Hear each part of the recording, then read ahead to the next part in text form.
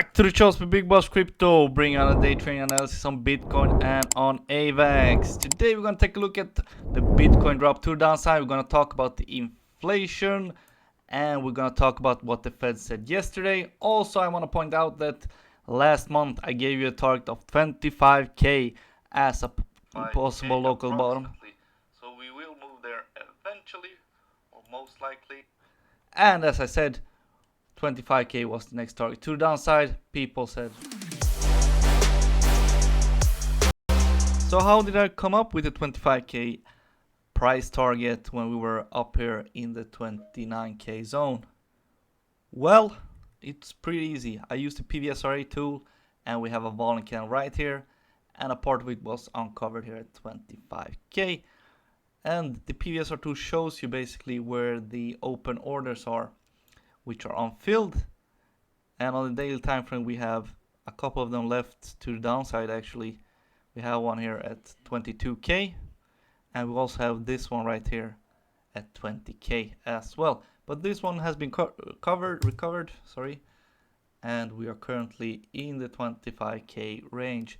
So zooming in on the 1 hour time frame, which I usually trade in, we have a couple of them left to be recovered. We have one here at 20k and at 22k. However, I do think we have completed this market make structure when we perform a W bottom, which I don't see yet. So what needs to happen next is, if this price target holds, is that we spike up to, let's say, 26k or even up to 27k, back down again here to 25k, and then up and away from there. When we get there, we need to break this high right here, a theoretical high on the 1 hour time frame, and close above that target. That is when we have a confirmed W bottom. So if you want to day trade this, you place your longs in this case when we confirm a W bottom. So right here you start building first long, second one, and then your third order right here, possibly, theoretically. That's what I usually tend to do. So we are not yet in that scenario yet. We need to see a W bottom before we place our trades. Not financial advice, you do whatever you want to do. So we're theoretically still in our third leg down, and we could continue down to the next target where we have an unfilled volume candle at 22.2k. Break that, we could go down to 20.5k where we have unfilled volume candles as well. Looking at the news events yesterday, the Fed had a pause on its interest rate. So we have 2 consecutive months of a pause, and they said that they will possibly or eventually do another rate hike to the upside again later this year. We'll see if that happens. Historically, that has only happened during the 80s, and the other 9 times they have dropped the rates, and we've had a sort of a recession or big market crash in the stock market after the pause. And the usual pause tends to last for 5 to 6 months, or even up to 9 months. That's the longest period in the nearest time frame. So we can expect a pause possibly up until September, October, if nothing drastically happens. When they decrease the rates, that will usually be when a stock market crash is happening at the same time. So that could be a signal for you if you're an investor. When the rates are dropping, that could be a signal for you to basically invest in the stock market, because usually we have a stock market crash when they drop the rates.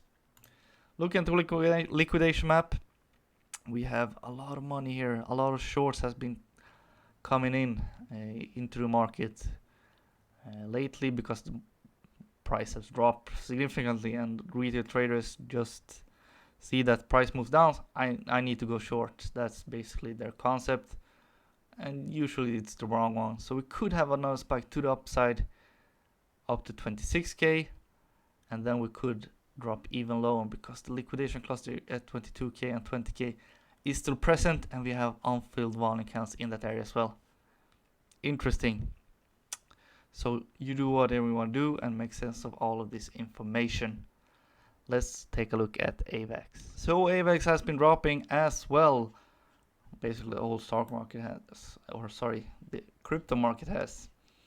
And we have created a lot of volume candles to the upside here from the current price point. So in the downwards move, we have a lot of unfilled orders to the upside, and we have a large wick right here. That's interesting to know because that tends to be a signal of a reversal to the upside locally. I'm not saying we're going to all-time highs again. I'm saying that locally we could see some recovery of these volume candles, and we could see a move like this of some kind, recovering half of the wick right here on the 1 hour time frame, and then moving up to $13.7. That could be a theoretical move, and from there we might have another drop down and then a W bottom. That's what I'm looking at least. I'm not taking any trades on AVAX currently because I'm waiting for W bottom confirmation. But when you see a wick from a large volume candle on the 1 hour time frame, that's usually an indication of a reversal because the market makes stops price in that area, buying up all of the selling orders, all of the AVAX in that area going long, so that the retail trades doesn't get an opportunity to do that because the market maker has his order set in this area. So that happens in seconds, and we are currently stalling in that $11.2 area. So let's see what happens on AVAX, because this is something I'm looking at least.